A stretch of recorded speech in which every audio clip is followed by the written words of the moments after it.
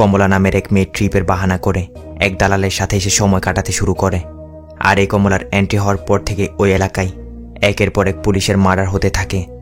মার্ডারগুলো করা হচ্ছিল এমনভাবে যা দেখে আতকে ওঠার মতো অবস্থা। কে এই রহস্যময় কমলা? মার্ডারগুলোর সাথে বা তার সম্পর্ক কি?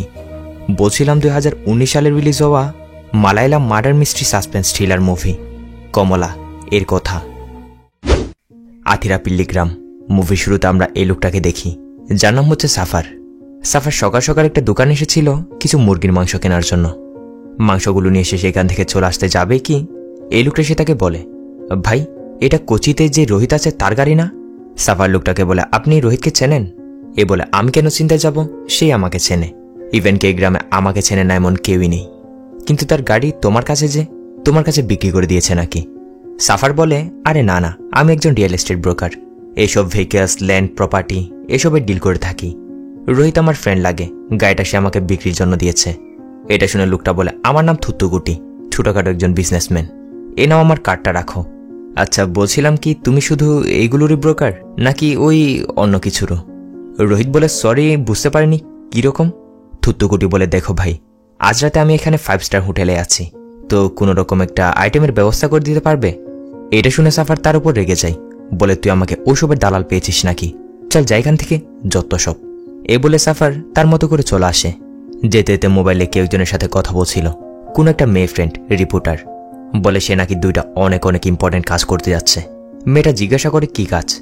সাফার বলে, একটা হচ্ছে আমার বন্ধু রবির যে রিয়েল এস্টেটের কাজটা হাতে নিয়েছি ওইটা, আরেকটা হচ্ছে না থাক ওইটা পরে বলবো। ওই দিক থেকে মেয়েটা বলে, আমি জানি তো, কোনো মেয়ের চক্কর আর কি। সাফার বলে, ওইটা আমি পরে বলবো, আমার জন্য দোয়া করিও, রাখি এখন। তো পরে সিন আমরা সাফারকে এই বাসায় দেখি, যে কিনা এই 2 মহিলাকে মিক্সার মেশিনে আমের চাটনি বানানো শেখাচ্ছিল। এরা দুজন সাফারের অনেক আপন লোক।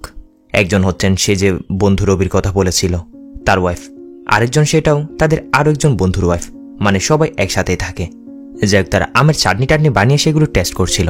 কাজের মহিলা এসে বলে, স্যার আমাকে একটু দেন দেখি কেমন হয়েছে। টেস্ট করে বলে, বাকওয়াস, এরকম কেউ বানায় নাকি? যাই যেটা বলতে এসেছি, দিদি আমি ওয়াশরুম কাল এসে পরিষ্কার করে দিব, আজ আমার বাসায় একটা ইম্পর্টেন্ট কাজ আছে, তাড়াতাড়ি ফিরতে হচ্ছে।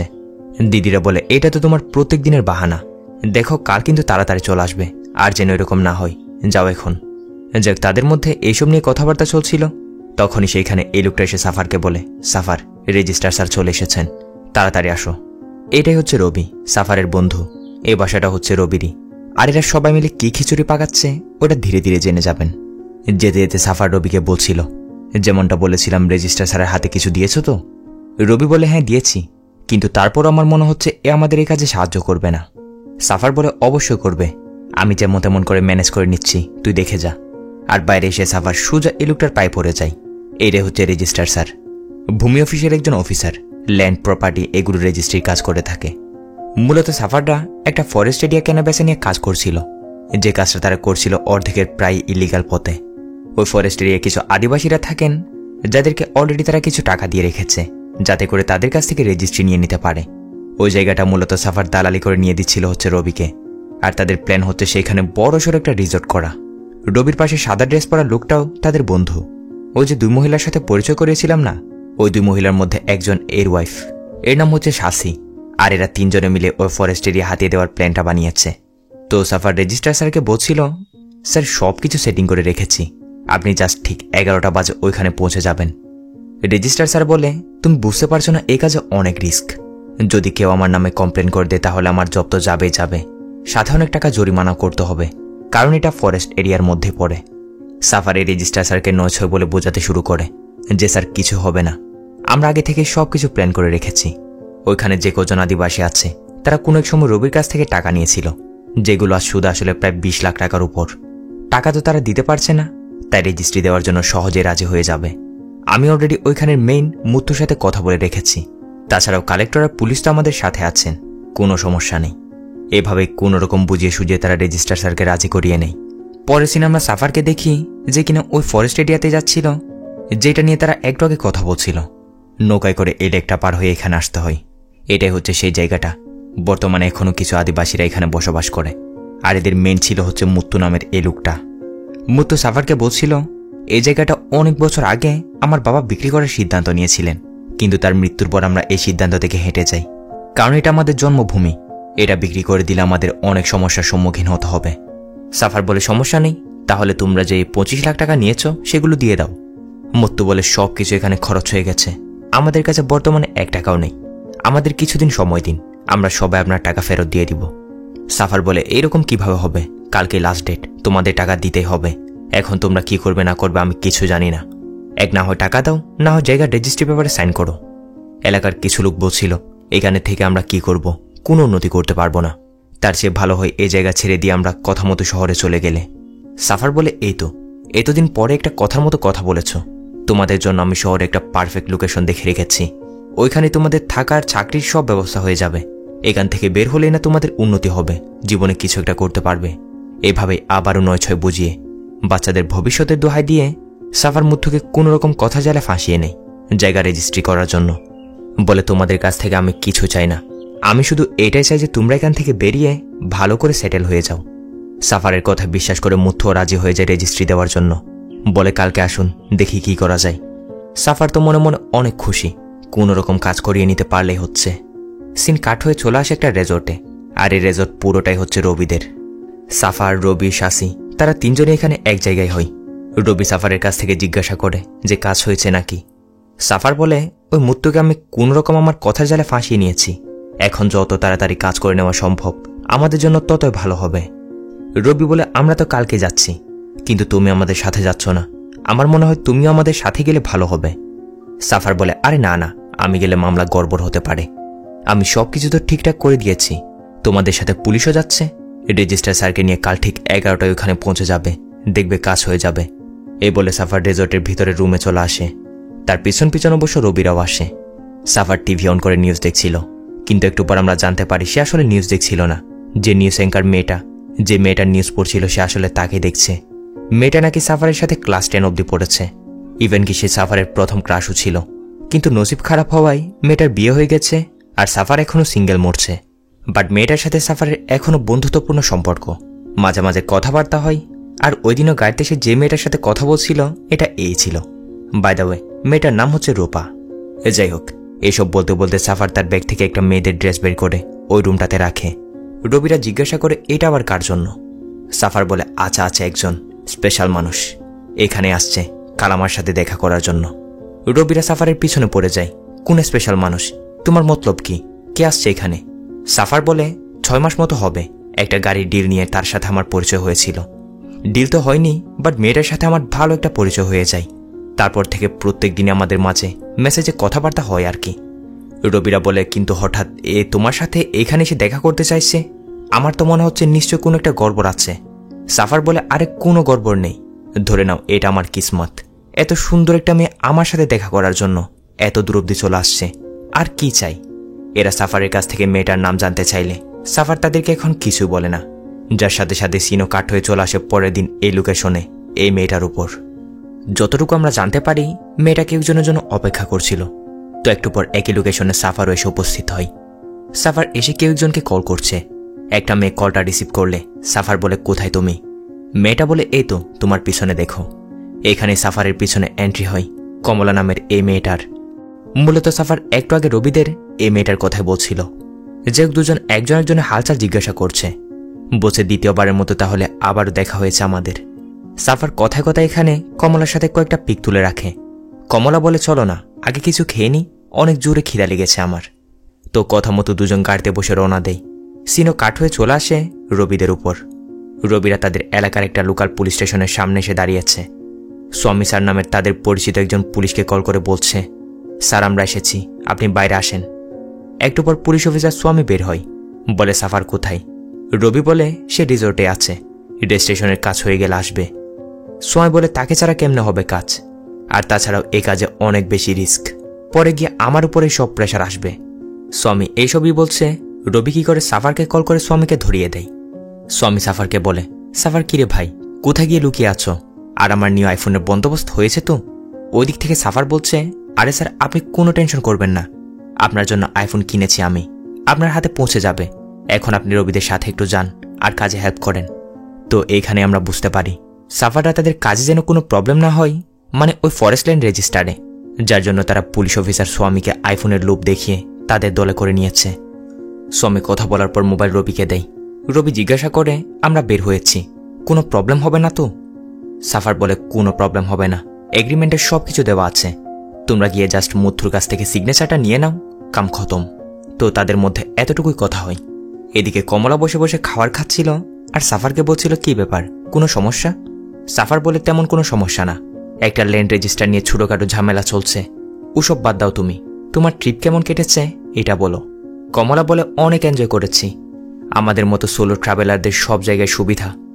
মাঝে মাঝে ওয়াশরুমের একটু অসুবিধা হয়, কিন্তু নো প্রবলেম, সব মিলিয়ে ট্রিপ ভালো ছিল। আজ বাড়িতে ফিরে যাচ্ছি, তাই ভাবলাম যাওয়ার আগে তোমার সাথে একটু দেখা করে যাই। সাফার বলে, গুড, এটা তুমি ভালো করেছ, চলো সামনে আরো ঘোরাফেরা করার জায়গা আছে, আমরা সেইখানে যাই। এ বলে দুজন আবারও গাড়ি নিয়ে রওনা দেয়। কিন্তু এখন গাড়ি ড্রাইভ করছিল হচ্ছে কমলা। সাফারকে বলে, ভয় পেও না, আমি গাড়ি একটু স্পিড বাড়াচ্ছি। এই বলে কমলা অনেক স্পিডে গাড়ি চালায়। কিছু দূর আসার পর একটা জঙ্গলের রুট ধরে গাড়ি জঙ্গলের ভিতর ঢুকিয়ে দেয়। সাফার বলে, আর এটা কোথায় ঢুকিয়ে দিয়েছ? না এখানে কোনো নেটওয়ার্ক আছে, না মানুষের কোনো নামও নিশানা। কমলা বলে, কিছুক্ষণের জন্য মোবাইল টোবাইল সবকিছু সাইডে রেখে ট্রিপ এনজয় করতে পারছো না? সাফার বলে, আরে তোমাকে বলেছি না একটা ল্যান্ড রেজিস্টার নিয়ে ঝামেলা চলছে, তাই এই জন্য একটু টেনশনে আছি, মোবাইলে নেটওয়ার্ক থাকা প্রয়োজন, কখন তারা কল করে আবার। কমলা একটু অভিমান করে বলে, আমি একটা মেয়ে এত দূর থেকে তোমার সাথে ট্রিপে এসেছি, কিন্তু তোমার কাছে দেখি সময় নেই, বিজি মানুষ, যাও যাও, বেশি জরুরি হলে যেতে পারো। সাফার বলে, আমি শুধু ক্লাস 10 পর্যন্ত পড়ালেখা করেছি, তুমি অনেক উপর অব্দি পড়ালেখা করেছ, বায়োমেডিসিন নাকি কি জানি নিয়ে, তুমি চাইলে আমার থেকেও বেটার কারোর সাথে ট্রিপে যেতে পারতে, কিন্তু তারপরেও তুমি আমাকে কেন সিলেক্ট করেছ? এর পিছনে কি কোনো কারণ আছে, জানতে পারি কি? কমলা বলে, তুমি অনেক সিম্পল, ফ্রেন্ডলি এবং অনেস্ট, ব্যাস এইটুকুই তো যথেষ্ট। সাফার বলে, একবার হয়তো আমাদের দেখা হয়েছিল, একবারে বুঝে গেছে আমার ব্যাপারে? কমলা বলে, কোনো মানুষকে চেনার জন্য একবারের এক মুহূর্তটাই এনাফ, তার চেহারা দেখে বলে দেওয়া যায় তার ভেতরটা কেমন। তারপরও তোমার যদি আমার সাথে থাকতে ভালো না লাগে, আমার উপর যদি কোনো সন্দেহ হয়, তাহলে আমাকে বাস স্টপ অব্দি ড্রপ করে দিতে পারো, আমি চলে যাব। এ বলে কমলা চলে আসছিল, সাফার তার হাতটা ধরে ফেলে, বলে, কোথাও যেও না, কোথাও যেতে হবে না। একটা গান শুরু হয়, গানে গানে সাফার কমলাকে জঙ্গলটা ঘুরে ঘুরে দেখাচ্ছে, সাথে জঙ্গলের ব্যাপারেও বলছে। কমলা জিজ্ঞাসা করে, এত বড় জঙ্গলে কোথাও রেস্ট নেওয়ার প্রয়োজন হলে কি করব? সাফার বলে, রেস্ট নেওয়ার জন্য এখানে জঙ্গলের পাশেই অনেকগুলো রেজর্ট পেয়ে যাবে। কমলা বলে, এখানে কি কোনো ফরেস্টের সিকিউরিটি থাকে না?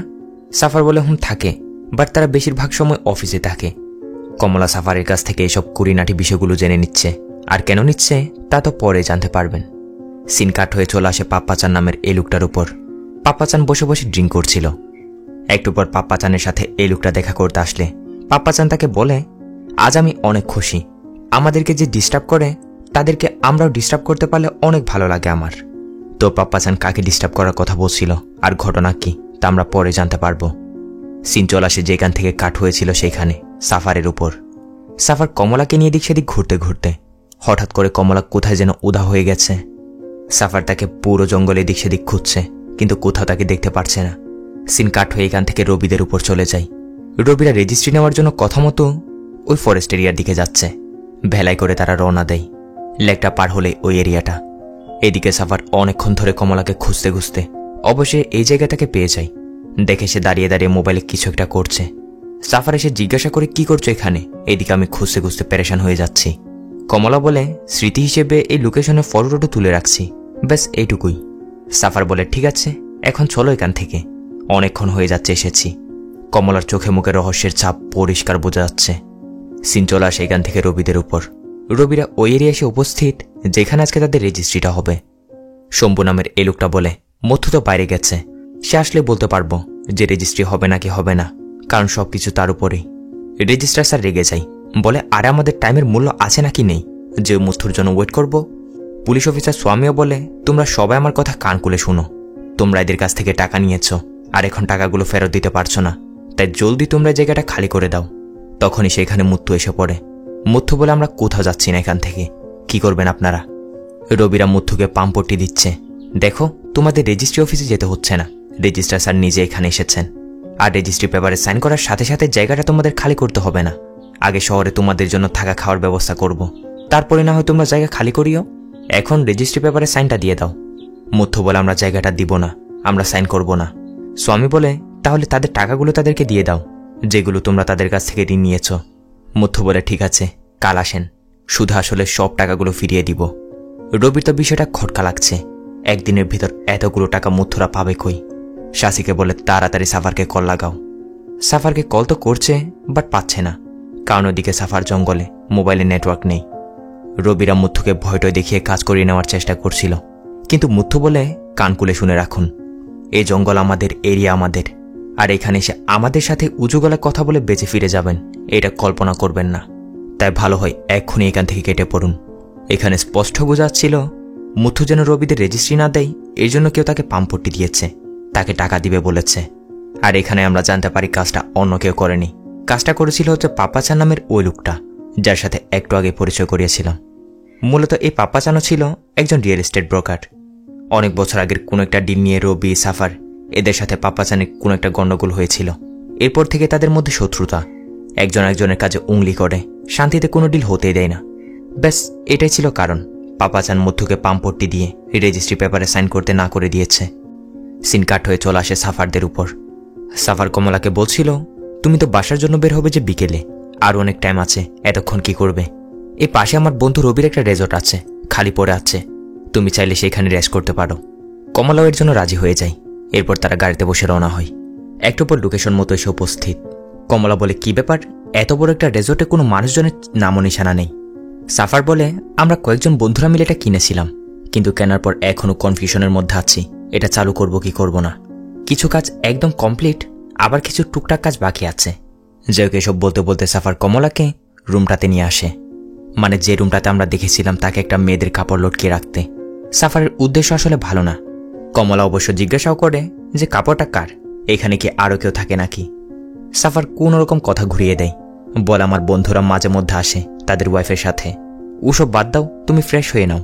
এই বলে সাফার রুম থেকে বাইরে চলে আসে খাবার বানানোর জন্য।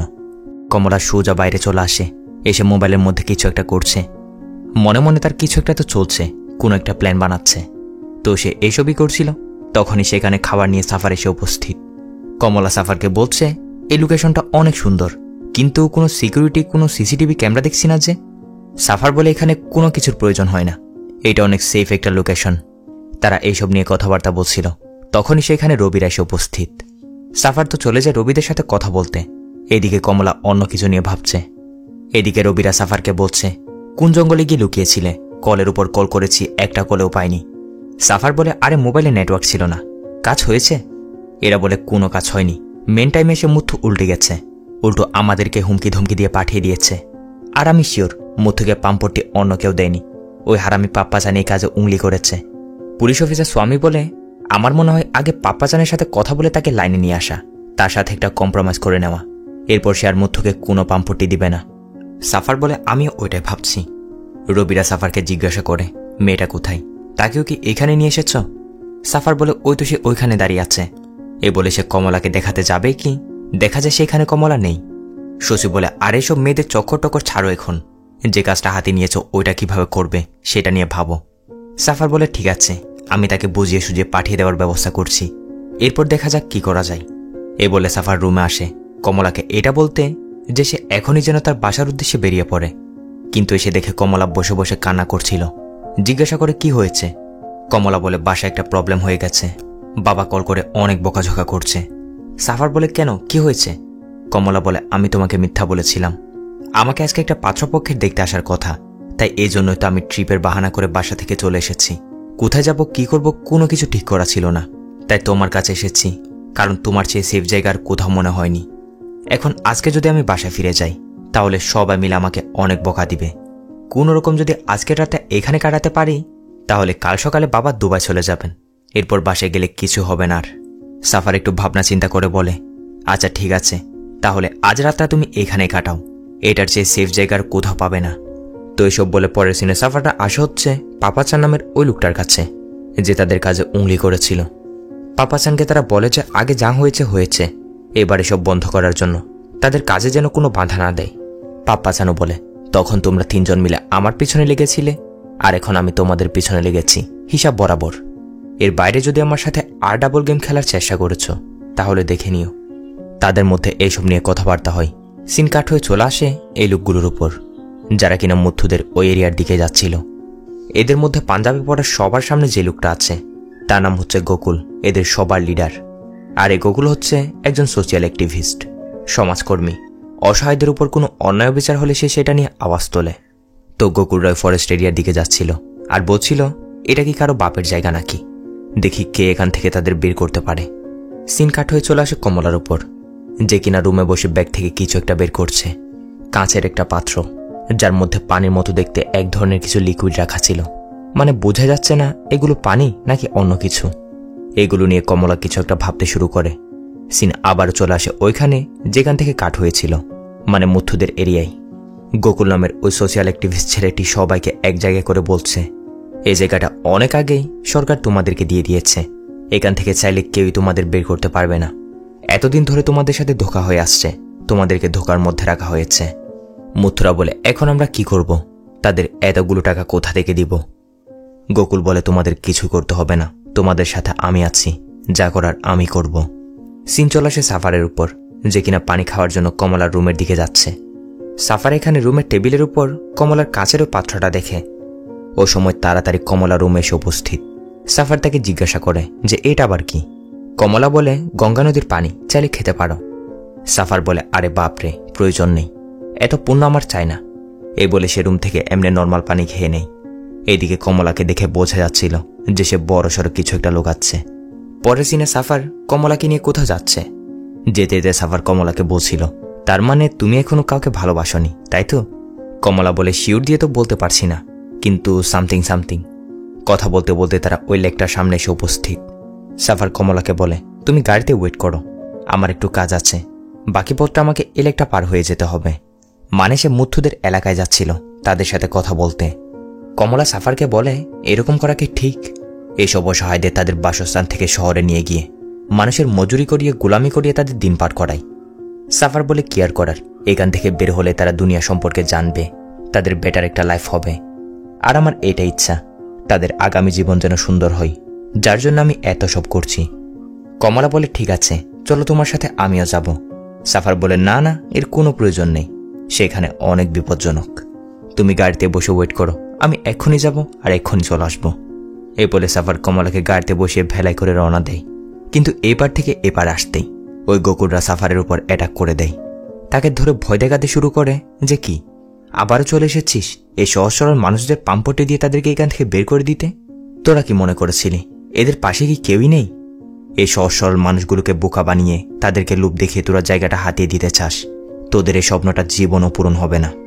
জায়গার কথা তো ভুলে যা, 1 টাকাও পাবি না তোরা। যদি দ্বিতীয়বার এখানে পা রেখেছিস তাহলে গলা কেটে সোজা হাতে ধরিয়ে দিব। এই বলে তারা সাফারকে ভয়টা দেখিয়ে এখান থেকে ভাগিয়ে দেয়। সাফারও অনেক পরিমাণের ভয় পেয়ে গেছে, তাড়াতাড়ি সেখান থেকে চলে আসে। কিন্তু আবার এসে দেখে গাড়িতে কমলা নেই। তখন আবার তার কাছে রবির কল আসে। সাফার তাকে সোজাসুজি বলে দেয়, রবি ভাই দেখো, এই জায়গাটার কথা ভুলে যাও, এটা আমরা কিছু করতে পারবো না।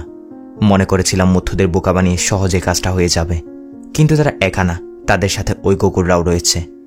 রবিরা অনেক ভয় পেয়ে যায়, বলে ঠিক আছে তুমি আসো, বসে কথা বলছি আমরা। এইসব বলে কল রাখার পর সাফার আবার কমলাকে এদিক সেদিক খুঁজতে শুরু করে দেয়। একটু পর কমলা পিছন থেকে এসে বলে এ কি, অনেক তাড়াতাড়ি চলে এলে যে? সাফার বলে আরে কোথায় যে চলে যাও না তুমি, জানো আমি কত ভয় পেয়ে গেছি। কমলা বলে ভয় পাওয়ার কি আছে, আমি তো একটু ঘোরাঘুরি করছিলাম। এইসব বলতে বলতে দুজন কিছুক্ষণের জন্য একদম সাইলেন্ট। দুজনের মধ্যে একটা রোমান্টিক ভাব আসছে, এরকম কিছু একটা। কিছুক্ষণ চুপ করে থাকার পর সাফার বলে ওঠে, আমি কি তোমাকে ভালোবাসতে পারি? কমলা বলে জানো, ভালোবাসা 3 ভাবে হয়ে থাকে। প্রথম স্টেজ ফিজিক্যাল অ্যাট্রাকশন, এখন তোমার যেটা হয়েছে ওইটা আমার প্রতি ফিজিক্যাল অ্যাট্রাকশন। দ্বিতীয় স্টেজ সাইকোলজিক্যাল, যদি আমরা এই পরিবেশে আরও কিছুক্ষণ চুপ করে থাকি তাহলে তোমার ইচ্ছে করবে আমার আরও কাছে আসার। কমলা তো এইসবই বলছে। এদিকে সাফার নিজেকে কন্ট্রোল করতে না পেরে কমলাকে কিস করতে বসেছিল। কমলাও সাথে সাথে তাকে 2 গালে 2টা লাগিয়ে দেয়। সাফার তার ভুল বুঝতে পেরে অবশ্য সরি তো বলে, কিন্তু কমলা অনেক রাগ করেছে। এদিকে রাতও হয়ে এসেছে। রেজর্টে ফিরে এসে কমলা সিদ্ধান্ত নেই সে আর 1 মুহূর্ত এখানে থাকবে না। পুরুষের উপর নাকি বিশ্বাস করাটাই ভুল। সাফার তাকে অনেক বোঝায়, অনেক রিকোয়েস্ট করে যে এরকমটা না করার জন্য।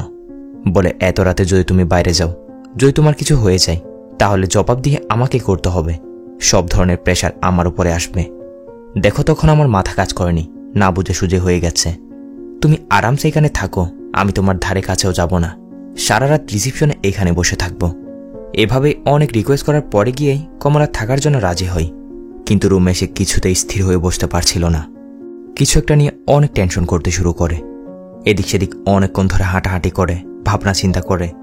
অবশ্যই তার চোখ যায় ওই ড্রেসটার দিকে, যেটা সাফার শুরুতে এ রুমে রেখেছিল। কমলাকে দেখে আমরা বুঝতে পারি সে রাতে এখান থেকে বের হওয়ার প্ল্যান বানাচ্ছে। ওইদিকে সাফার বাইরে রিসিপশনে বসে বসে লাল পানি টানছিল। একটু পর সেখানে আমরা দেখি ওই ড্রেসটা পরে কমলা এসে উপস্থিত। কমলা এসে সাফারের সাথে সুন্দর করে কথা বলছে, বলে আমি তোমাকে চর মেরেছিলাম, তার জন্য আমি দুঃখিত। সাফার বলে ইটস ওকে, আমি কিছু মনে করিনি। তো এসব বলতে বলতে সাফার আপেল খাচ্ছিল। কমলা বলে আপেল খাওয়ার সময় অনেক সাবধান, আপেলের বীজগুলো বিষাক্ত, এতটাই বিষাক্ত যে মানুষ পর্যন্ত মারা যেতে পারে। সাফার বিশ্বাস করতে চায় না, হাসিতে উড়িয়ে দেয়। কমলা বলে বিশ্বাস করো, আমি এসব নিয়ে পড়েছি। আর তুমি যে লাল পানিগুলো খাচ্ছ, আমার মধ্যে এতটাই পাওয়ার আছে, আমি চাইলে কোনো রকম ড্রিঙ্কস ছাড়া শুধুমাত্র আমার মোবাইলটা ইউজ করে তোমাকে নেশা করিয়ে দিতে পারি। বিশ্বাস না হলে প্রমাণ দেখবে। সাফার তো এক্সাইটেড, এ সুযোগে সে কমলার আরও কাছে যেতে পারবে। উঠে ধীরে ধীরে কমলার কাছে যায়, বলে দেখাও দেখি কিরকম নেশা করাতে পারো। কমলা তাকে মোবাইলে দেখাতে শুরু করে এক টাইপের মাধ্যমে, বলে 30 সেকেন্ডের মধ্যেই অ্যাপের ভিতর যে কেমিক্যালগুলো মিশিয়েছি ওইগুলো ধোঁয়ার আকারে মোবাইল থেকে বের হবে। সামনে থাকা যে লোকটার নাকের ধোঁয়াগুলো যাবে, মুহূর্তের মধ্যে তার মাঝে আজব ধরনের একটা নেশা হয়ে যাবে।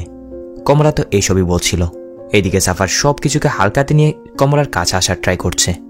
মনে করছিল কমলা হয়তো তাকে সুযোগ দিচ্ছে তার কাছে আসার।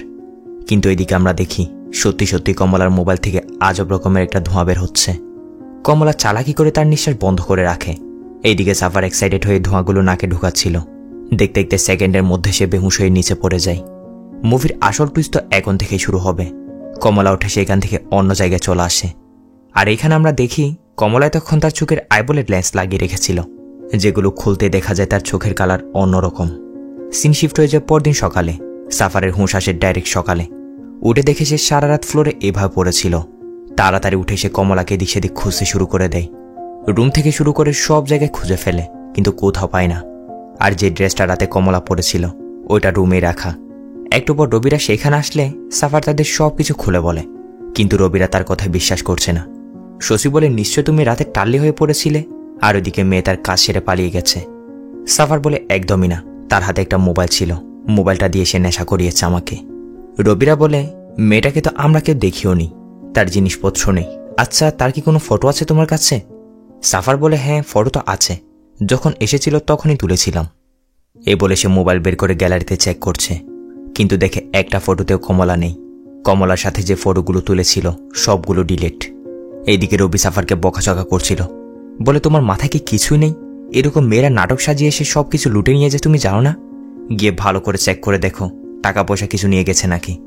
সাফার বলে এরকম কিছু হয়নি, ব্যাগের মধ্যে টাকা ছিল, সব কিছু জায়গা বরাবর আছে। শশী বলে নাকি দেখো তোমাকে বেহুশ করে তোমার বিনা কাপড়ের ফটো তুলে নিয়ে গেছে, পরে তোমাকে ব্ল্যাকমেল করবে বলে, এরকমও গ্যাং আছে কিন্তু। সাফার বলে সে এরকম কোনো মতলব নিয়ে আসেনি, নিশ্চয় সে এর থেকেও বড় কোনো মতলব এসেছে হবে। যেদিন আমরা ওই ফরেস্ট ল্যান্ড রেজিস্ট্রি করব সে ওই দিনই কেন এসেছে। আরও একটা বিষয় গভীরভাবে চিন্তা করলে সে ওই দিন গাড়িটা চালিয়ে এমন একটা জায়গায় নিয়ে গেছিল যেখানে মোবাইলের কোনো নেটওয়ার্কই ছিল না। নিশ্চয় সে ভালো করে জানত আমার মোবাইলে নেটওয়ার্ক থাকলে যেমন তেমন করে আমি কল করে রেজিস্ট্রিটা করিয়ে নিতে পারতাম। নিশ্চয় মেয়েটার সাথে ওই ফরেস্ট ল্যান্ড রেজিস্ট্রির কোনো না কোনো সম্পর্ক ছিল। রবিরা বলে এটা পাপ্পাচানের কাজ নয় তো, সে হয়তো মেয়েটাকে পাঠিয়েছে হবে যাতে রেজিস্ট্রিটা না হয়। এখান থেকে সাফার সোজা পাপ্পাচানের কাছে আসে, তাকে এই ব্যাপারে জিজ্ঞাসা করে। পাপ্পাচান বলে আমার খেয়ে দিয়ে কোনো কাজ নেই নাকি যে আমি জলাজাত একটা মেয়েকে তোমাদের পিছনে লেলিয়ে দিব? আমি মুথুকে পাম্পট্টি দিয়েছিলাম ঠিকই, কিন্তু এই কাজটা আমি করিনি। পাপ্পাচানের সাথে কথাবার্তা বলে সাফার বুঝতে পারে কাজটা তার না। এদিকে রবি এবং শচী এ বিষয়ে কথা বলছে, বলছে জলাজাত একটা মেয়ে এই রেজর্ট থেকে কোথায় গায়েব হয়ে যাবে, নাকি এই কমলা ক্যারেক্টারটা সাফারের কোনো কল্পনা না তো? আমরা তো কেউ মেয়েটাকে দেখিনি, তাই হয়তো এটাই হবে, সাফারের কল্পনায় ছিল সে। তো তারা দুজন এসব নিয়ে কথাবার্তা বলছিল, তখনই দেখা যায় সেখানে কমলা তাড়াহুড়ো করে কোথা থেকে যেন ফিরছে। রবিরা তো অবাক, ধারণা করে নেয় নিশ্চয় এই মেয়েটাই কমলা হবে। কমলাকে ধরে তারা তার সাথে জোর জবস্তি করতে শুরু করে, বলে কোথায় গেছিলে আর কি উদ্দেশ্য নিয়ে এখানে এসেছ? কমলা কি করে তার মোবাইল বের করে রবিদের কাণ্ডগুলো সব কিছু মোবাইলে ভিডিও করে নেয়। তারপর দুজনকে এমনভাবে মারতে শুরু করে, এক মারে একেবারে দুজন বাপরে বাপরে পড়ে নিচে পড়ে যায়। এখান থেকে বোঝা যায় কমলা মার্শাল আর্টেও এক্সপার্ট। বলে, তোমাদের এই ভিডিও আমি আমার ফ্রেন্ডদেরকে শেয়ার করছি। যদি আমার কিছু হয়েছে না, তাহলে তোমাদের এই কর্মকাণ্ড সব জায়গায় ভাইরাল হয়ে যাবে। অন্যদিকে আমরা সাফারকে দেখি, যে কিনা জন নামের তার কোনো একজন বন্ধুকে কল করে কমলার নাম্বারটা দিয়ে বলছিল যে নাম্বারটা ট্রেস করে সবগুলো ডিটেলস তাকে দেওয়ার জন্য। জন বলে, ঠিক আছে, নাম্বারটা তুই আমাকে পাঠা, আমি কিছুক্ষণের মধ্যে তোকে জানাচ্ছি। ওইদিকে আমরা রবি এবং শচীকে দেখি, যারা কিনা কমলাকে রিকোয়েস্ট করছিল তাদের ভিডিওটা ডিলিট করে দেওয়ার জন্য। এর বদলে সে যত টাকা চায় তারা তাকে ততই দিবে। কমলা বলে, আমার টাকার প্রয়োজন নেই, তোমাদের সাথে ওই ফরেস্ট ল্যান্ড নিয়ে মুথুর যে এগ্রিমেন্টটা হয়েছিল আমার ওইটা চাই। প্রথম দিকে এরা সেটা না দেওয়ার জন্য একটু হিচকিচ করে, কিন্তু পরে গিয়ে রাজি হয়ে যায়, কারণ তাদের ভিডিওটা যদি তাদের ওয়াইফের সামনে চলে যায় তাহলে তাদের আর রক্ষে নেই। এক দৌড়ে গিয়ে গাড়ি থেকে এগ্রিমেন্ট পেপারগুলো নিয়ে এসে কমলাকে দিয়ে দেয়। কমলা সেগুলো চেক করে একটা লাইটার নেই পেপারগুলো পুড়িয়ে ফেলার জন্য, আর এগুলো পুড়িয়ে ফেললে তারা মুথুদের সেখান থেকে বের করতে পারবে না। ওইদিকে আমরা দেখি ততক্ষণে সেখানে সাফার এসে উপস্থিত, কিন্তু তার আস্তে আস্তে কমলা তার কাজ করে ফেলেছে। সাফার এসে কমলাকে অনেক বকা দেয়, জিজ্ঞাসা করে, কে তুমি, কি উদ্দেশ্য নিয়ে এসেছ? এদিকে রবিরা তো ভয়ে সাফারকে শান্ত করছে, কারণ যদি সে কমলাকে কিছু বলে, কমলা যদি আবার তাদের ভিডিওটা ভাইরাল করে দেয়। সব কাগজগুলো পুড়িয়ে ফেলার পর কমলা বলে, তো এখন আমি আসি। রবিরা বলে, আমাদের ভিডিওগুলা? কমলা তার মোবাইল বের করে তাদের সামনে ভিডিওগুলো ডিলিট করে দেয়। এরপর বের হয়ে সেখান থেকে চলে আসছিল কি, দেখা যায় সেখানে রবি এবং শচীর ওয়াইফ আসছে। রবিদের তো হাওয়া টাইট, আর এরা এইখানে। উপর থেকে কমলাকে যদি তারা এখানে দেখে তাহলে তো আজ তাদের রক্ষে নেই। দুজন তাড়াতাড়ি দৌড়ে যায় ওয়াইফদের সামাল দেওয়ার জন্য, কিন্তু এরা তো পুরাই ফায়ার হয়েছিল। বলে, কোথায় সে? তোমাদের ক্যারেক্টার এতটাই নিচু হবে আমরা কল্পনাও করিনি, কোথায় মেয়েটা? এ বলে তারা কমলাকে দিক সেদিক খুঁজতে শুরু করে দেয়। মানে রবিদের ওয়াইফদেরকে কেউ একজন খবর দিয়েছে যে এখানে রবিদের সাথে একটা মেয়ে আছে, আর এই খবরটা অন্য কেউ দেয়নি। এটা দিয়েছিল হচ্ছে তাদের বাসায় যে কাজের মেয়েটা ছিল, সে নাকি এদিক দিয়ে যাওয়ার সময় একটা মেয়েকে দেখেছিল রবিদের সাথে। মেয়েটার সাথে নাকি সে কথা বলেছিল, আর জানতে পেরেছে রবিরা তাদের আয়াসির জন্য মেয়েটাকে এখানে নিয়ে এসেছে। তো রবিদের ওয়াইফরা তো তাদের পিছনে পড়ে গেছে, জিজ্ঞাসা করছিল কোথায় লুকিয়ে রেখেছ মেয়েটাকে। তারা এদিকে এইসবই বলছিল। ওইদিকে আমরা দেখি কমলা নতুন একটা রূপে ভিতর থেকে বের হয়, তাও আবার পায়ে ল্যাংড়াতে ল্যাংড়াতে। রবিদেরকে বাঁচানোর জন্য সে সবার সামনে এমন নাটক করে যেন সে এখানে ঘুরতে এসেছিল, আর ছোটখাটো একটা অ্যাক্সিডেন্টে তার পায়ে ব্যথা পেয়েছে। রবিরা তাকে আশ্রয় দিয়েছে। তাদের ওয়াইফের সামনে সে এটাই বলে। এসব বলে সে সেখান থেকে চলে আসে, রবিদেরকেও বাঁচিয়ে দিয়েছে। এইদিকে সাফারে তো মাথায় ঢুকছে না এ 1 মিনিটের মধ্যে এত রূপ কেমনে বদলাতে পারে, কি তার রহস্য সেটা তাকে খুঁজে বের করতেই হবে। এদিকে রবিরা তাড়াহুড়ো করে সাফারকে ডেকে বাইরে নিয়ে আসে, একটা খবরের কাগজ দেখিয়ে বলে, দেখো ঘটনা ঘটে গেছে, এখানে ঘুরতে আসা এক ট্যুরিস্ট মেয়ের লাশ পাওয়া গেছে। নাম তো দেওয়া হয়েছে বিশাখা, কিন্তু বর্ণনা সব কিছু কমলার সাথে মিলে যাচ্ছে। সাফারদের ভয় হতে শুরু করে, এটা কোনো কমলা নয় তো, কারণ কমলার এখান থেকে চলে যাওয়ার টাইম আর মেয়েটার মৃত্যুর টাইম একই। এরকম হলে তারা তো পুরোপুরি ফেসে যাবে। এদিকে তখন আবার সাফারকে জন নামের ওই লোকটা কল করে বলছে, মানে যে জনকে সে কমলার নাম্বার দিয়েছিল ডিটেলস কালেক্ট করার জন্য, সে আর কি। জন বলছে এই নাম্বারটা নাকি ভিমলা কুমার নামের কেউ একজনের নাম্বার, যেটা ফেক অ্যাড্রেসে নেওয়া হয়েছে। নাম্বার তো বন্ধ করে দিয়েছে, আর এই ভিমলা কুমারের তেমন কোনো ডিটেলসও পাওয়া যায়নি। সাফার বলে, তুমি ট্রাই করো কিছু বের করতে পারো কিনা, এরপর আমাকে জানাও।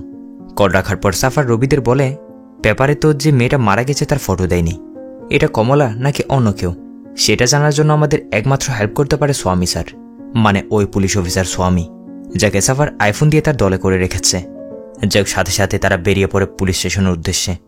পরের সিনে জায়গা বরাবর এসে উপস্থিত।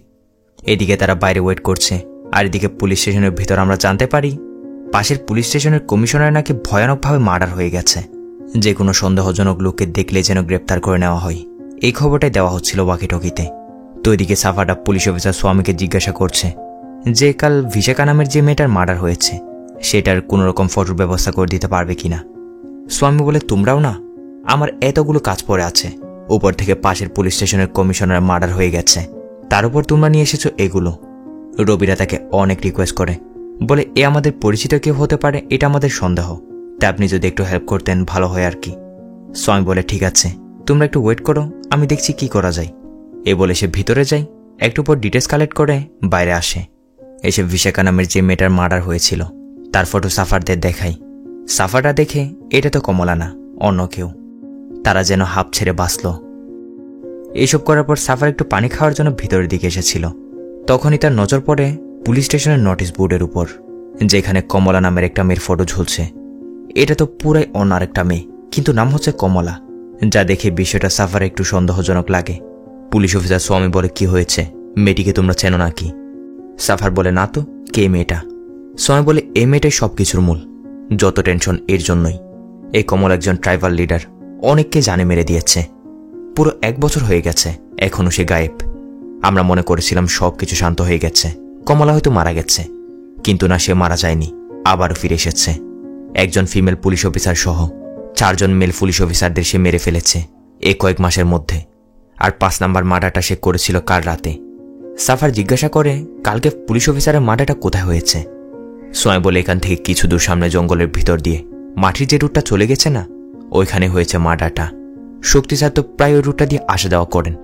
যে তার মার্ডারটা করেছে সে সব কিছু আগে থেকে জানত, পুরো প্ল্যানিং বানিয়ে সে মার্ডারটা করেছে। আর এমন ভয়ানকভাবে মার্ডারটা করেছে, একটা ক্লো পর্যন্ত রেখে যায়নি। আমাদের ডিপার্টমেন্টের সন্দেহ এই কমলা বা তার গ্রুপের কেউ এই কাজটা করছে। এই সব কিছু জানার পর সাফারের সন্দেহ হয় এই মার্ডারগুলোর সাথে কমলার কোনো না কোনো কানেকশন আছে। কমলার প্রত্যেকটা বিহেভিয়ার ধীরে ধীরে তার কল্পনায় আসতে শুরু করে। যদিও প্রথম দিকে সে এসবে গুরুত্ব দেয়নি, কিন্তু তার প্রত্যেকটা কদমে কদমে ছিল রহস্যে ভরা। তার মনে পড়তে শুরু করে কমলা কেন এখানে সিকিউরিটি, সিসিটিভি ক্যামেরা এসবের সম্পর্কে জিজ্ঞাসা করেছিল।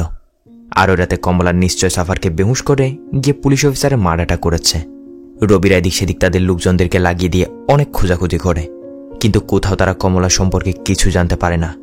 অন্যদিকে আমরা কমলাকে দেখি যে কিনা সাফারদের সেখান থেকে অন্য শহরে চলে আসছে।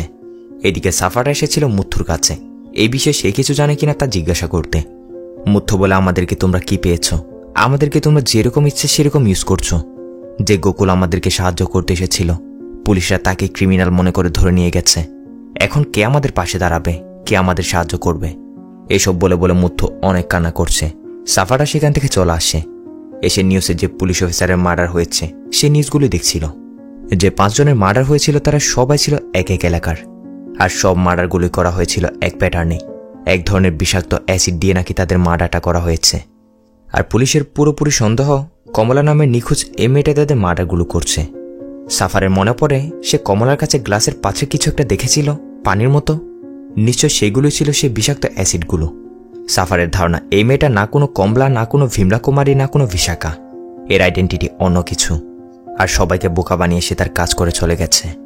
সাফার তার নিউজ অ্যাঙ্কার বন্ধু রূপার কাছে কল করে, যাকে মুভির শুরুতে আপনাদের সাথে পরিচয় করিয়েছিলাম। মূলত একটু আগে কমলার নিউজটা এই কাভার করছিল। তো সাফার রূপাকে বলে, একটু আগে যে কমলার নিউজটা কাভার করেছ, আমার সেই কেসের সবগুলো ডিটেলস চাই। এটা বলতে সিন চলে আসে কমলার উপর, যাকে কিনা আমরা দেখি এই বাসাটার সামনে সে গাড়ি থেকে নেমেছে। দরজায় এসে নক করতেই ভিতর থেকে পিছিয়ে মেয়েটা দরজা খুলে। কমলাকে বলে, এসেছো দিদি? বাস পেতে সমস্যা হয়েছে নাকি? এত লেট করলে যে? আচ্ছা তুমি বসো, আমি তোমার জন্য নাস্তা নিয়ে আসছি। এ বলে মেয়েটা তো ভিতরে চলে যায়। এদিকে কমলাকে দেখে মনে হয় তার যেন মন খারাপ, পুরো বাসাটা করুণ দৃষ্টিতে কেমন করে যেন দেখছে। সিন চলে আসে সাফারের উপর। রূপা সাফারকে বলছে কমলা অনেক ব্রিলিয়েন্ট একজন মেয়ে ছিল, ছোটবেলা থেকে স্কুলের টপ ছিল, কিন্তু দিন দিন যতই বড় হয় সে ডিপ্রেশনের মধ্যে চলে যায়। তার বিহেভিয়ারও চেঞ্জ হতে শুরু করে, যার জন্য তার টিচার সবাই অনেক প্যারেশান হয়ে যায়। এরপর সে তার পড়ালেখাও ছেড়ে দিয়েছিল। এর কিছুদিন পর সে তার নিজস্ব একটা গ্রুপ খুলে অনেকগুলো অপরাধ কর্মকাণ্ডের সাথে জড়িয়ে যায়। কেন, এ সম্পর্কে তুমি নিউজে দেখোনি? এই বিষয়টা তো নিউজেও অনেকবার এসেছে। সাফার জিজ্ঞাসা করে সে নিখোঁজ হয়েছিল কবে। রূপা বলে, এই তো বছর খানেক আগে। নিশ্চয় কোনো আতঙ্কবাদীর সাথে জড়িয়ে গেছে, না হয় কোনো প্রেমের চক্কর, কি জানি তার সাথে কি হয়েছে। পুলিশরাও এখনও এই রহস্যের উদ্ঘাটন করতে পারেনি। সাফার রূপাকে জিজ্ঞাসা করে, এই কমলার কোনো ক্লোজ ফ্রেন্ড বা তার কোনো রিলেটিভ সম্পর্কে জানো? রূপা বলে, না এটা তো জানি না, কিন্তু খবর নিয়ে দেখতে পারি। সাফার বলে, ঠিক আছে, তুমি খবর নিয়ে আমাকে জানাও। বাই দ্য ওয়ে বলে দিই, এরা ওই কমলা সম্পর্কে বলছে যার ফটো আমরা পুলিশ স্টেশনে দেখেছিলাম। সাফার এটাই খুঁজে বের করার চেষ্টা করছে ওই কমলার সাথে তার কাছে যে কমলা এসেছিল তার কোনো সম্পর্ক আছে নাকি, বা থাকলেও কি সম্পর্ক। সে গোড়া থেকে কেসের আগা অব্দি যেতে চায়। এখান থেকে সিন একটু করে কমলার উপর আসে। কমলা ওই ছোট্ট মেয়েটিকে বলছিল, নেক্সট মান্থ আমরা আমাদের এই বাসাটা ট্রাস্টে দান করে দিব। মেয়েটা বলে, গুড দিদি, বাবা তো সবসময় এইটাই চাইতো। এটা বলতে ধীরে ধীরে ক্যামেরা একটা ফটোর উপর শিফট হয়, যে ফটোতে আমরা কমলা, এই লোকটা এবং এই ছোট মেয়েটাকে দেখি, যা দেখে আমরা বুঝতে পারি তার একটা ফ্যামিলি। লোকটা নিশ্চয় তার বাবা আর এই মেয়েটা তার বোন। সিন আবারও সাফারের উপর চলে আসে। রূপা খোঁজখবর নিয়ে সাফারের কাছে কল করেছে, বলে কমলার তেমন কোনো রিলেটিভের সম্পর্কে তো জানতে পারেনি, বাট হ্যাঁ, কমলার খারাপ সময়ে তাকে যে সবচেয়ে বেশি সাপোর্ট করেছিল ওইটা ছিল প্রফেসর আগাস্টিন। জানতে পেরেছে এই প্রফেসর আগাস্টিন কমলার মিসিং কেস সহ সেখানে কিছু হিউম্যান রাইটসের কেস চালাচ্ছিল। সাফার বলে, ও তো কোথায় পাওয়া যাবে এই প্রফেসর আগাস্টিনকে? রূপা বলে, সে তো মারা গেছে। কিছু মাস আগে তাকে নিয়ে অনেক বড় একটা কন্ট্রোভার্সিও হয়েছিল। সাফার জিজ্ঞাসা করে এই প্রফেসর আগাস্টিনের কোনো মেয়ে বা তার কোনো ওয়াইফ আছে নাকি? রূপা বলে, না, সে ব্যাচেলর ছিল, সবসময় রিসার্চ স্টাডি এগুলো নিয়ে বিজি থাকত, কোনো বিয়ে শাদী করেনি। সাফার বলে, তাকে নিয়ে কি এমন বিষয়ে কন্ট্রোভার্সি হয়েছে? রূপা বলে, এই প্রফেসর আগাস্টিন অনেক ভালো মনের একজন মানুষ ছিলেন। গরিব, অনাথ এরকম বাচ্চাদের সবসময় সাহায্য করতেন। এরকমই দুটা অনাথ বাচ্চা স্কলারশিপ পাওয়ার পর প্রফেসর আগাস্টিন তাদের উজ্জ্বল ভবিষ্যতের জন্য, তাদের পড়ালেখার জন্য তাদের নিয়ে অন্য শহরে চলে যায়। ওইখানে তার একটা ফ্যামিলির মতো বসবাস শুরু করে। অনেক বছর পরে গিয়ে এই বিষয়টা নিয়ে কন্ট্রোভার্সি হয়েছিল। আর ভালো মানুষগুলোর সাথে সবসময় এরকমটাই হয়। এটা বলতে সিন কাট হয়ে চলে আসে কমলার উপর, যে কিনা ল্যাপটপে তাদের একটা নিউজের দিকে তাকিয়ে কান্না করছিল। এখান থেকে সিন আমাদের একটু ফ্ল্যাশব্যাকে নিয়ে যায়, কি হয়েছিল কমলাদের সাথে এইটাই দেখানোর জন্য। এইটাই হচ্ছে প্রফেসর আগাস্টিন, সায়েন্সের অনেক বড় একজন প্রফেসর। তো প্রফেসর আগাস্টিন এখানে কমলাকে একটা কাঁচের পাত্রে কিছু লিকুইড দেখাচ্ছিল। বলছিল এগুলো জীবন্ত হিউম্যান বডি থেকে নেওয়া ডাইজেস্টিক অ্যাসিড, যেগুলো সে কালেক্ট করেছে তার নিজের বডি থেকেই। এগুলো নাকি মার্কেটে পাওয়া অন্য অ্যাসিডের তুলনায় অনেক বেশি শক্তিশালী। তো আগাস্টিন তো তাদের এসবই বলছে। কমলা পড়ে আছে তার কলেজের অ্যাসাইনমেন্ট নিয়ে। আগাস্টিন বলে, টেনশন করার কোনো প্রয়োজন নেই, প্রথম পেজটা উল্টিয়ে ভালো করে দেখো। তো আগাস্টিন এখানে আগে থেকে কমলার অ্যাসাইনমেন্ট রেডি করে রেখেছে। বাই দ্য ওয়ে, আমরা কমলা কেন বলছি? এর নাম কমলা না, আগাস্টিন এই মেয়েটার নতুন নাম দিয়েছিল নিধি আগাস্টিন, আর ছোট মেয়েটির নাম দিয়েছিল ময়ূর আগাস্টিন। আর এরা দুজন হচ্ছে অনাথ স্কলারশিপ পাওয়া ওই দুজনেই যার কথা একটু আগে রূপা সাফারকে বলেছিল। আগাস্টিন এদের দুজনকে নিজের সন্তান হিসেবে অ্যাডপ্ট করে নিয়েছে। তো তারা তো এইসব নিয়ে কথাবার্তা বলছিল। তখনই আগাস্টিনের মোবাইলে একটা কল আসে। কলটা কে করেছিল আর ওই দিক থেকে কি বলছিল ওইটা তো আমরা শুনতে পাই না, কিন্তু আগাস্টিন এদিকে চিৎকার করে করে বলছিল, তুমি কে এটা বলার? আমি কমলার জন্য ফাইট করবই, সে নির্দোষ, তার জাস্টিসের প্রয়োজন, তোমরা তার সাথে কি করেছো আমি ভালো করে জানি। এসব বলে তারা রাতের দিকে বাপ বেটিরা কোথাও ঘুরতে বেরিয়েছে। নিধিরা বায়না ধরে তারা আইসক্রিম খাবে, যার জন্য আগাস্টিন এক জায়গায় গাড়ি দাঁড় করিয়ে তাদের জন্য আইসক্রিম নিতে যায়। কিন্তু এখানে পুলিশের কিছু লোক এসে আগাস্টিনকে ঘিরে ফেলে। আগাস্টিনকে বলে, প্রফেসর, কমলার সাথে কি হয়েছে না হয়েছে ওইগুলো ভুলে যাও, সে একজন ক্রিমিনাল ছিল আর আমরা আমাদের ডিউটি পালন করেছি। আগাস্টিন বলে, ক্রিমিনাল হয়েছে তো কি হয়েছে, বাঁচার অধিকার তারও ছিল, তার সাথে তোমরা যা করেছ অন্যায় করেছ, আর এর জন্য আমি তো লড়াই করবই। এটাই হচ্ছে পুলিশ অফিসার শক্তি। আগাস্টিনকে অনেক ভয় দেখাই, বলে, মামলা থেকে সরে আসো, আমাদের পিছনে লাগতে আসিও না, না হলে কমলার মতো তুমি নিজে মিসিং হয়ে যাবে। এদের সব কথাবার্তাগুলো গাড়ি থেকে বসে নিধিরাও শুনছে। আগাস্টিন ওইদিকে পুলিশ অফিসারগুলোকে উল্টো জবাব দিয়ে পাঠিয়ে দেয়। আর পুরো মামলাটা হচ্ছে কমলা নামের একটা মেয়েকে ঘিরে। পুলিশের সন্দেহ ছিল এই কমলা অনেক বড়সড় ক্রিমিনাল অ্যাক্টিভিটির সাথে জড়িত, যার জন্য এরা কয়েকজন পুলিশরা মিলে কমলার কিছু একটা করে দিয়েছে। এখন কমলা ছিল আগাস্টিনের পুরনো একজন স্টুডেন্ট, আর তার বিশ্বাস কমলা কিছু করেনি, সে নির্দোষ ছিল, যার জন্য সে তার ন্যায়ের জন্য লড়াই করছে, বিষয়টাকে আদালত অবধি নিয়ে যাবে বলছে। এর জন্য আর কি এর পিছনে যে পুলিশ অফিসারগুলো ছিল তারা এখন আগাস্টিনের পিছনে লেগে গেছে, তাকে ভয় দেখাচ্ছে, হুমকি দিচ্ছে। আগাস্টিন অনেক সাহসী ছিল, মনে করে পুলিশগুলো তার কিছু করতে পারবে না। কিন্তু পরের দিনই দেখা যায় এই পুলিশগুলো তার বাসায় গিয়ে তাকে ধরে নিয়ে যাচ্ছে, তাও আবার মিথ্যা একটা কেস সাজিয়ে, যেটা হচ্ছে সে অবৈধভাবে মেয়েগুলোকে তার সাথে রাখছে, তাদেরকে দিয়ে ইল্লিগ্যাল কাজ করাচ্ছে। যেহেতু ময়ূর আগাস্টিন ছোট মেয়ে ছিল, তাই পুলিশরা চাইলে আগাস্টিনের বিরুদ্ধে যে কোনো কেস সাজিয়ে দিতে পারবে। থানায় ধরে নিয়ে এসে তাকে প্রচণ্ড মারধর করা হয়। এদিকে পুলিশ অফিসার আশুক ময়ূরদের কাছ থেকে মিথ্যা স্টেটমেন্ট নেওয়ার চেষ্টা করছে। আগাস্টিন ভিতর থেকে চেয়ে চেয়ে দেখা ছাড়া কিছু করতে পারছে না। আশুক বলে, মিস্টার প্রফেসর, তোমার কিসমত লেখা হয়ে গেছে, যখন দুনিয়া জানতে পারবে যে তুমি মেয়েগুলোর সাথে কি করেছ, তখন নিজেকে শেষ করে দেওয়া ছাড়া তোমার কাছে আর কোনো উপায় থাকবে না, কারো সামনে মুখ দেখাতে পারবে না, আমরা এই ব্যবস্থায় করছি। এভাবে এই জালিম পুলিশগুলো মেয়ের সামনে বাবাকে আর বাবার সামনে মেয়েদেরকে অনেক টর্চার করছে। নিধিকে ভয় দেখিয়ে দেয় যে আজ এখানে যা হয়েছে, যদি এগুলো বাইরে যায় না তাহলে প্রথমে একে মারব, এরপর তোমাকে। এভাবে তারা বিনা অপরাধে আগাস্টিনকে ধরে নেয়, যার কিছুদিন পর খবর আসে আগাস্টিন নাকি আত্মহত্যা করে নিয়েছে। তার উপর দোষ চাপিয়ে দেওয়া হয়েছে মেয়েদেরকে বাসায় নিয়ে গিয়ে তাদেরকে দিয়ে নাকি ইলিগাল কাজ করাতো, সাথে কমলার মিসিংয়ের পেছনে নাকি তারই হাত রয়েছে। এই সবগুলো দোষ পুলিশগুলো আগাস্টিনের উপর চাপিয়ে দিয়েছে। এভাবে দেখতে দেখতে সিন প্রেজেন্টে আসে। ওইদিকে রূপা মোবাইলে সাফারকে বলছিল কমলা নামের ওই মেয়েটার মিসিংয়ের পেছনে ওই 4 পুলিশ অফিসারই আছে। কেউ কেউ এরকমই মনে করে, কিন্তু আসল কাহিনী কি সেটা এখনো কেউই যায় না। এটা বলতে সিন আবারও ফ্ল্যাশব্যাকে নিধি আগাস্টিনের উপর চলে আসে। তাদের সাথে যা কিছু হয়েছে এবং বাবার মৃত্যুর খবর শুনে দুজনই একদমই ভেঙে পড়েছে। বাবার কথা ভাবতে ভাবতে নিধি সিদ্ধান্ত নেই এই পুলিশগুলোর কাছ থেকে সে রিভেঞ্জ নিবেই। তার বাবা যে হিউম্যান বডি থেকে অ্যাসিডটা বের করেছিল সে ওইটাকেই তার হাতিয়ার বানায়। এরপর ময়ূরকে গিয়ে সান্ত্বনা দেয়, বলে কাল তোমার প্রজেক্ট সাবমিট করতে হবে, তুমি পড়ালেখায় মন দাও, বাবার স্বপ্ন পূরণ করো, আর যা হওয়ার হোক না কেন বাবার সাথে এরকমটা যারা করেছে তাদের শাস্তি পেতেই হবে। এই বলে নিধি কমলা নাম দিয়ে ফেসবুকে একটা অ্যাকাউন্ট ক্রিয়েট করে। ওই পুলিশগুলোর লোকেশন বের করে জানতে পারে তাদের লোকেশন সাফারের লোকেশনের আশেপাশেই। এখন একটা গাড়ি কেনার বিষয় নিয়ে সাফারের সাথে তার আগে থেকে কথাবার্তা হয়েছিল, দুজনের মধ্যে পরিচয় ছিল। ব্যাস এই সুযোগটাকে সে কাজে লাগায় ওই এলাকায় গিয়ে সেফ একটা লোকেশনে থাকার জন্য। এরপর আমাদের দেখানো হয় সে প্ল্যান মতো কীভাবে মার্ডারগুলো করেছে। প্রথমে সে ওই লেডি পুলিশ অফিসারটিকে সহ বাকি 2জন মেল পুলিশ অফিসারকে ইজিলি মেরে দিয়েছিল, তাও ওই লিকুইডগুলো দিয়ে অনেক ভয়ানকভাবে তাদের বাসাতেই ঢুকে। এখন বাকি ছিল আরেকজন, আশুক। মূলত এই আশুকের লোকেশনে ছিল সাফারদের এরিয়ায়, আর একে মারার জন্য কমলা সেখানে গেছিল। কমলা ওই দিন রাতে সাফারকে বেহুশ করে সোজা জঙ্গলে চলে আসে, কারণ সে জানে যে এই দিক দিয়ে আশুক ফিরবে। ব্যাস প্ল্যান মতো আশুক যাওয়ার সময় কমলা তাকে ধরে ভয়ানকভাবে টর্চার করতে করতে মেরে দেয়। একে একে কমলার রিভেঞ্জ নেওয়া কমপ্লিট। আর এরপর কি হয়েছিল তা তো আমরা দেখে ফেলেছি। এদিকে প্রেজেন্টে সাফারেরও পুরো বিষয়টা এখন ক্লিয়ার। রবিরা বলে চুপ করে থাকাটাই আমাদের জন্য বেটার হবে, না আমরা কোনো কমলাকে চিনি, না আগাস্টিনকে, না কোনো মেয়েকে। সাফারও বলে এইটাই ঠিক।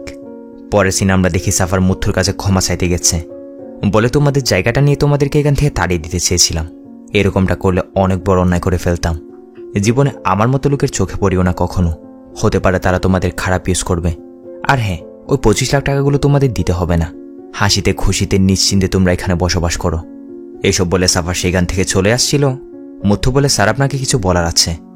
আমাদের এলাকার শম্ভু ওই দিন রাতে জঙ্গলে গেছিল, আর সে দেখেছিল পুলিশ অফিসার শক্তির মার্ডারটা কে করেছিল। সাফার গিয়ে ওই শম্ভু নামের লোকটার কাছ থেকে জিজ্ঞাসা করে যে কি দেখেছিলে তুমি, কে করেছিল মার্ডারটা। শম্ভু অনেক ভয়ে আছে, বলে আত্মা, কোনো মেয়ের আত্মায় মার্ডারটা করেছে। মানে রাতে অনেক অন্ধকার হওয়ায় শম্ভু ভালো করে দেখেনি যে মার্ডারটা কে করছিল। উপর থেকে নিধি তখন সাদা একটা ড্রেস পরেছিল, যা দেখে শম্ভু ভয়ে মনে করেনি এটা কোনো আত্মায় মার্ডারটা করছে, আর ভয়ে সে তখন জায়গায় বেহুশ হয়ে গেছিল। সাফার শম্ভু নামের লোকটাকে বলে দেখো আমি যা বলছি তুমি পুলিশ স্টেশনে গিয়ে তাই বলবে। এ বলে সে কমলা নামের ওই মিসিং মেয়েটার ফটো বের করে শম্ভুকে বলে মার্ডারটা এই করেছে, ভালো করে দেখো। পুলিশ জিজ্ঞাসা করলে বলবে মার্ডারটা এই মেয়েটাই করেছে। সিন শিফট হয়ে যায় পরদিন সকালে পুলিশ স্টেশনে। এদিকে পুলিশ অফিসার স্বামীরা লেগে আছে খুনিকে খুঁজে বের করার। অন্যদিকে আশুক যে থানার পুলিশ অফিসার ছিল ওই থানা থেকে নিধিকে কল করা হয়েছে, মানে নিধির উপরও তাদের সন্দেহ ছিল, আর তারা এটাও জানতে পেরেছে ঘটনার সময় নিধি এই এলাকাতে ছিল। তো নিধিকে কল করে এখানে নিয়ে আসা হয়। পুলিশ তার কাছ থেকে এনকোয়ারি করছে। নিধি বলে আমি আমার দাদিমার বাসায় এসেছিলাম, আপনারা চাইলে খোঁজ নিয়ে দেখতে পারেন। পুলিশ বলে তুমি তো অনাথ ছিলে, দাদি কোথা থেকে এলো? নিধি বলে আমার বাবা আগাস্টিন কেরালারি, উনার মায়ের কাছে এসেছি। অন্যদিকে আমরা শম্ভুকে দেখি যেও কিনা কথা মতো পুলিশ স্টেশনে এসে তার বয়ান দিচ্ছে। সাসপেক্ট লিস্টে থাকা ফটোগুলোর দিকে দেখিয়ে বলছে যে সে ওই দিন রাতে মার্ডারটা করতে কাকে দেখেছিল। এখানে লিস্ট অবশ্য নিধিরও ফটো ছিল, কিন্তু দেখা যায় শম্ভু সাফারের কথা মতোই কমলা নামের ওই মিসিং মেয়েটার ফটোর দিকে দেখিয়ে দেয়, বলে আমি নিজে চোখে দেখেছি এই মেয়েটাই মার্ডারটা করেছে। তো সাফার নিধিকে ভালোবেসে ফেলেছিল বিদায় শম্ভুকে দিয়ে মিথ্যা বলিয়ে তাকে বাঁচিয়ে দিয়েছে। অপরদিকে মুথুদের এতগুলো টাকা মাফ করে দিয়ে সাফাররা তাদের জায়গাটা নিয়ে নেয়নি, এর জন্য শম্ভুও তার কথাই শুনেছে। টোটাল সবকিছু মিলিয়ে নিধির বিরুদ্ধে পুলিশের কাছে কোনো প্রমাণ নেই যে সে মার্ডারটা করেছে, তাই তাকে ছেড়ে দেওয়া হয়। এদিকে সাফার আশা আছে কোনোদিন না কোনোদিন নিধি তার কাছে ফিরে আসবেই। নিধিও চালাকি করে কোনো প্রমাণ না রেখে তার বুদ্ধি কাটিয়ে তার এবং তার বাবার প্রতিশোধ নিয়ে নিয়েছে। আর এভাবে দেখতে দেখতে আজকের মুভিটাও এইখানে শেষ হয়।